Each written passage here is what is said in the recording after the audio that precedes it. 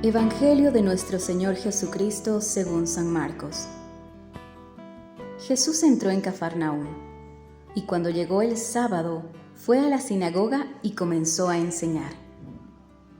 Todos estaban asombrados de su enseñanza, porque les enseñaba como quien tiene autoridad y no como los escribas. Y había en la sinagoga de ellos un hombre poseído de un espíritu impuro, que comenzó a gritar: ¿Qué quieres de nosotros, Jesús Nazareno? ¿Has venido para acabar con nosotros? Ya sé quién eres, el Santo de Dios. Pero Jesús lo increpó, diciendo: Cállate y sal de este hombre. El espíritu impuro lo sacudió violentamente y dando un gran alarido salió de ese hombre.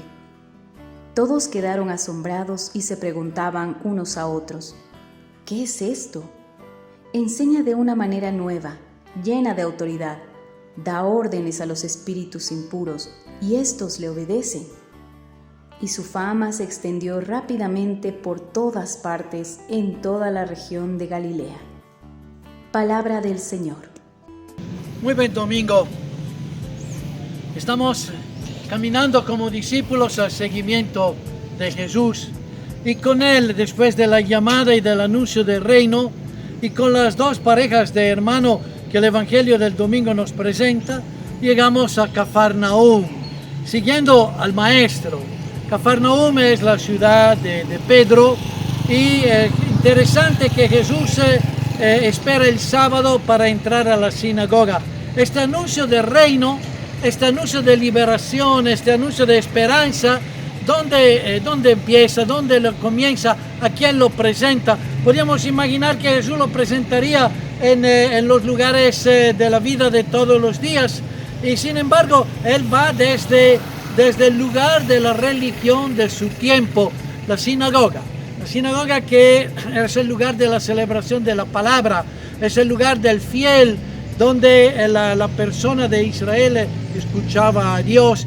Desde ahí empieza el anuncio de liberación, como si Jesús quisiera indicarnos que el primer cambio que estamos llamados a asumir es este encuentro con una religión que sea una religión liberadora, una religión que abre el corazón, una religión que se vuelve anuncio de esperanza y anuncio de vida.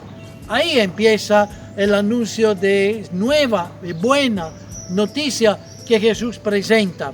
Y es interesante que Marcos lo hace ver como la costumbre de Jesús de participar de la vida de la sinagoga. Seguramente como buen hebreo lo hacía. Y esto nos lleva también a pensar a nuestra manera de vivir la religiosidad dentro de la ordinariedad del camino de la fe.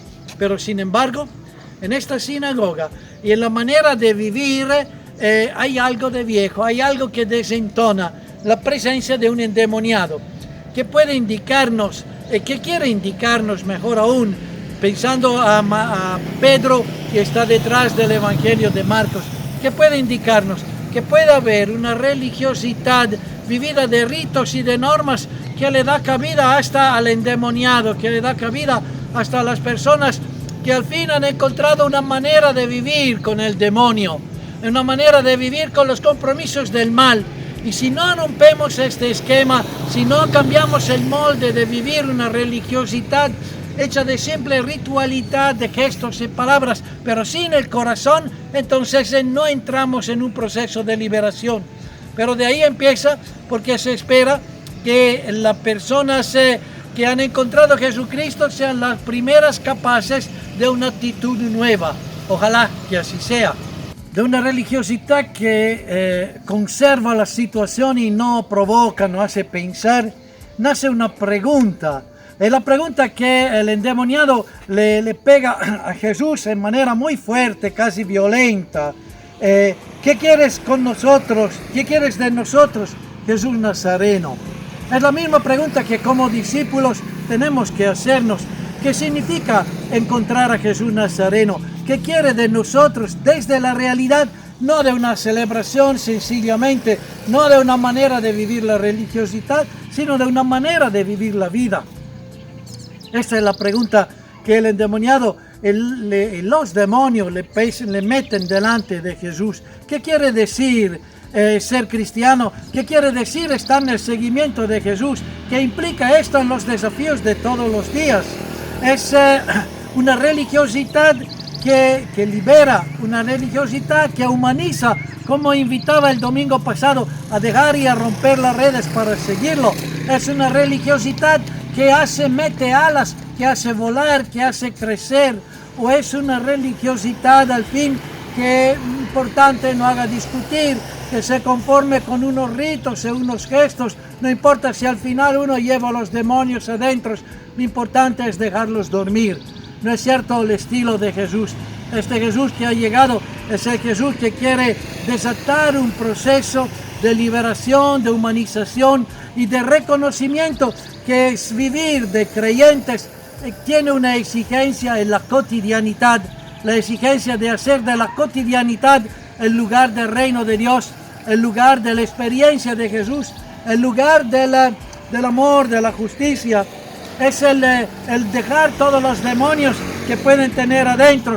Los define impuro porque Dios es el puro, pero el impuro no es ligado a la sexualidad sencillamente, es ligado a todo lo que en la vida no tiene que ver con Dios. Este es el sentido de la impuridad.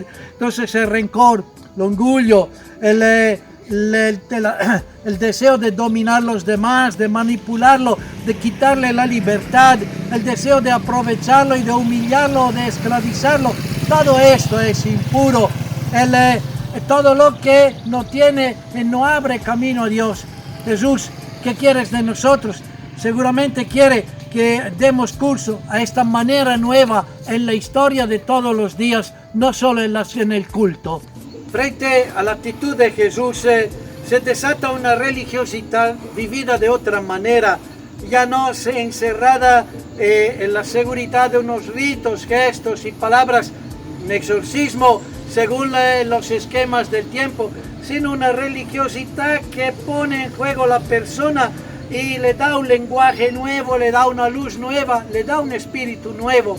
Y frente a este espíritu, que entonces la persona deja atrás una manera de buscar seguridad, sino se deja llevar por la novedad del espíritu y por las luces nuevas que el espíritu pone en el camino de todos los días. Entonces el creyente se pone detrás de Cristo y empieza este camino. No sabe exactamente cómo y dónde lo conduce, pero entiende que es un camino que lo hace crecer, que quita marginación, que da ala nueva, que hace volar, que permite visiones nuevas. Es interesante cómo, a pesar de los 2000 años de la historia y del camino de la iglesia, todavía cuando alguien lleva con un viento, una luz nueva, un espíritu nuevo, hay los que se asustan, los que reclaman una tradición que conserva en vez de una tradición que ilumina, una tradición que impide paso en vez de una tradición que por fidelidad a sí misma hace hacer pasos y pasos nuevos. La actitud de Jesús es la actitud de entregar todo este caminar del Espíritu y no meterse a discutir con el mal. Es interesante, Jesús no se pone a discutir con el endemoniado y sencillamente lo calla, porque es necesario que no perdamos tiempo a querer discutir con los demonios que podemos llevar adentro. Los demonios, más lo discutimos, más darán razones para estar. Lo que estamos llamados a hacer es cortar, y cortar con decisión, dejar abierta nuestra sala y dejar que el Espíritu nos vuele, nos haga caminar y a reconocer en Jesús este Maestro creíble que tiene una autoridad nueva, tiene una fortaleza nueva, capaz de hacernos vivir todos los días como este camino de fe, de reconocimiento de Cristo.